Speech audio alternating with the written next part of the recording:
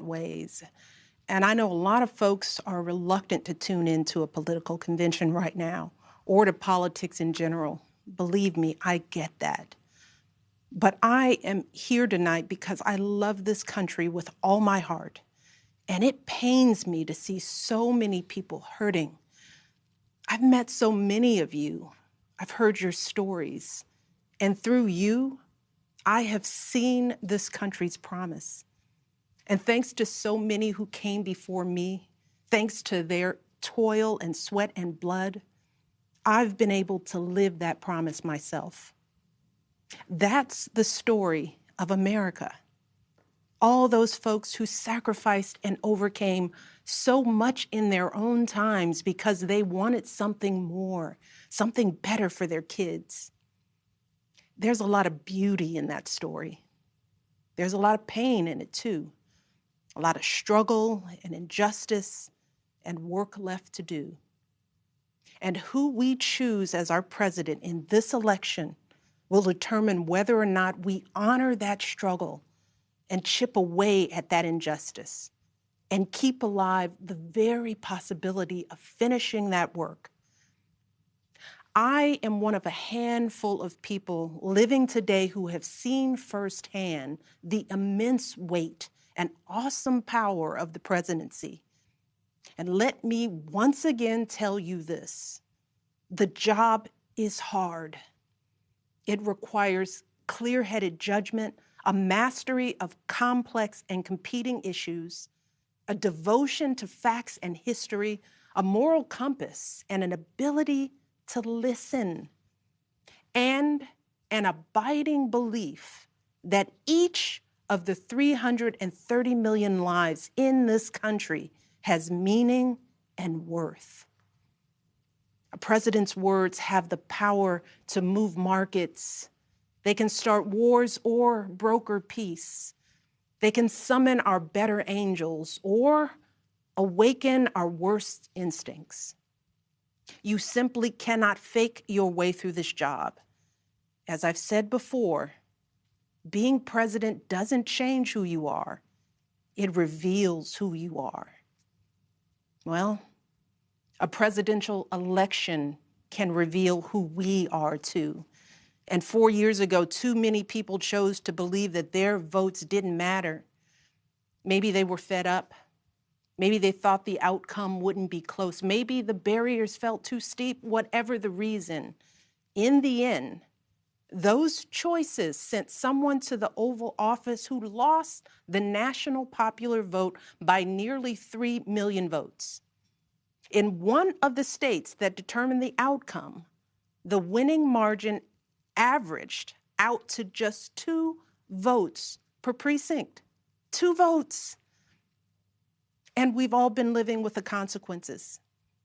When my husband left office with Joe Biden at his side, we had a record-breaking stretch of job creation. We'd secured the right to health care for 20 million people. We were respected around the world, rallying our allies to confront climate change. And our leaders had worked hand in hand with scientists to help prevent an Ebola outbreak from becoming a global pandemic. 4 years later, the state of this nation is very different. More than 150,000 people have died, and our economy is in shambles because of a virus that this president downplayed for too long. It has left millions of people jobless. Too many have lost their health care. Too many are struggling to take care of basic necessities like food and rent. Too many communities have been left in the lurch to grapple with whether and how to open our schools safely. Internationally, we've turned our back, not just on agreements forged by my husband, but on alliances championed by presidents like Reagan and Eisenhower. And here at home, as George Floyd, Breonna Taylor, and a never-ending list of innocent people of color continue to be murdered, stating the simple fact that a Black life matters is still met with derision from the nation's highest office. Because whenever we look to this White House for some leadership or consolation or any semblance of steadiness, what we get instead is chaos, division, and a total and utter lack of empathy. Empathy. That's something I've been thinking a lot about lately. The ability to walk in someone else's shoes. The recognition that someone else's experience has value too. Most of us practice this without a second thought. If we see someone suffering or struggling, we don't stand in judgment, we reach out. Because there, but for the grace of God, go I. It is not a hard concept to grasp. It's what we teach our children. And like so many of you, Barack and I have tried our best to instill in our girls a strong moral foundation to carry forward the values that our parents and grandparents poured into us. But right now, kids in this country are seeing what happens when we stop requiring empathy of one another. They're looking around wondering if we've been lying to them this whole time about who we are and what we truly value. They see people shouting in grocery stores, unwilling to wear a mask to keep us all safe. They see people calling the police on folks minding their own business just because of the color of their skin. They see an entitlement that says only certain people belong here. That greed is good and winning is everything, because as long as you come out on top, it doesn't matter what happens to everyone else. And they see what happens when that lack of empathy is ginned up into outright disdain. They see our leaders labeling fellow citizens enemies of the state while emboldening torch-bearing white supremacists. They watch in horror as children are torn from their families and thrown into cages, and pepper spray and rubber bullets are used on peaceful protesters for a photo op. Sadly, this is the America that is on display for the next generation. A nation that's underperforming not simply on matters of policy, but on matters of character. And that's not just disappointing, it's downright infuriating. Because I know the goodness and the grace that is out there in households and neighborhoods all across this nation. And I know that regardless of our race, age, religion, or politics, when we close out the noise and the fear and truly open our hearts, we know that what's going on in this country is just not right. This is not who we want to be. So what do we do now? What's our strategy? Over the past 4 years, a lot of people have asked me, when others are going so low, does going high still really work? My answer, going high is the only thing that works. Because when we go low, when we use those same tactics of degrading and dehumanizing others, we just become part of the ugly noise that's drowning out everything else.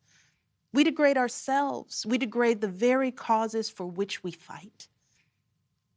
But let's be clear. Going high does not mean putting on a smile and saying nice things when confronted by viciousness and cruelty. Going high means taking the harder path. It means scraping and clawing our way to that mountaintop.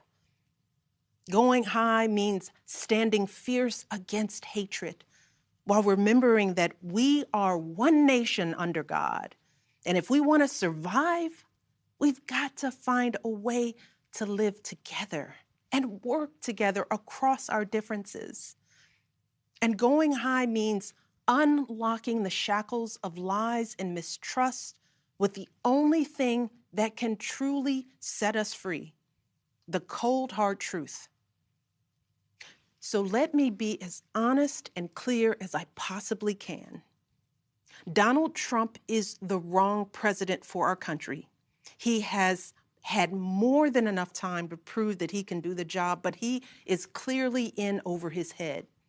He cannot meet this moment. He simply cannot be who we need him to be for us.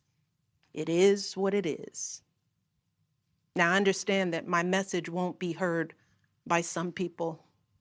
We live in a nation that is deeply divided, and I am a Black woman speaking at the Democratic Convention. But enough of you know me by now. You know that I tell you exactly what I'm feeling. You know I hate politics. But you also know that I care about this nation. You know how much I care about all of our children. So if you take one thing from my words tonight, it is this. If you think things cannot possibly get worse, trust me, they can and they will if we don't make a change in this election. If we have any hope of ending this chaos, we have got to vote for Joe Biden like our lives depend on it. I know Joe.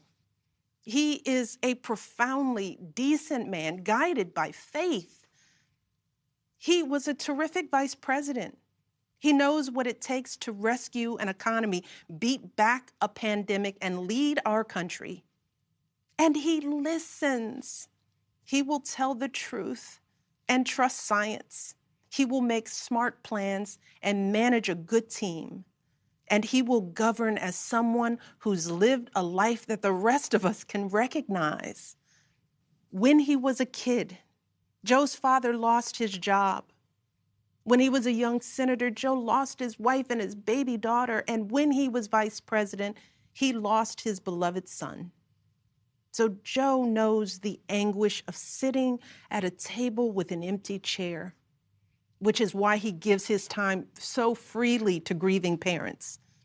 Joe knows what it's like to struggle, which is why he gives his personal phone number to kids overcoming a stutter of their own. His life is a testament to getting back up. And he is going to channel that same grit and passion to pick us all up, to help us heal and guide us forward. Now, Joe is not perfect, and he'd be the first to tell you that. But there is no perfect candidate, no perfect president. And his ability to learn and grow, we find in that the kind of humility and maturity that so many of us yearn for right now. Because Joe Biden has served this nation his entire life without ever losing sight of who he is. But more than that, he has never lost sight of who we are, all of us.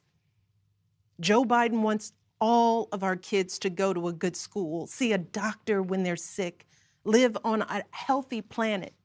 And he's got plans to make all of that happen. Joe Biden wants all of our kids, no matter what they look like, to be able to walk out the door without worrying about being harassed or arrested or killed. He wants all of our kids to be able to go to a movie or a math class without being afraid of getting shot. He wants all our kids to grow up with leaders who won't just serve themselves and their wealthy peers, but will provide a safety net for people facing hard times. And if we want a chance to pursue any of these goals, any of these most basic requirements for a functioning society, we have to vote for Joe Biden in numbers that cannot be ignored.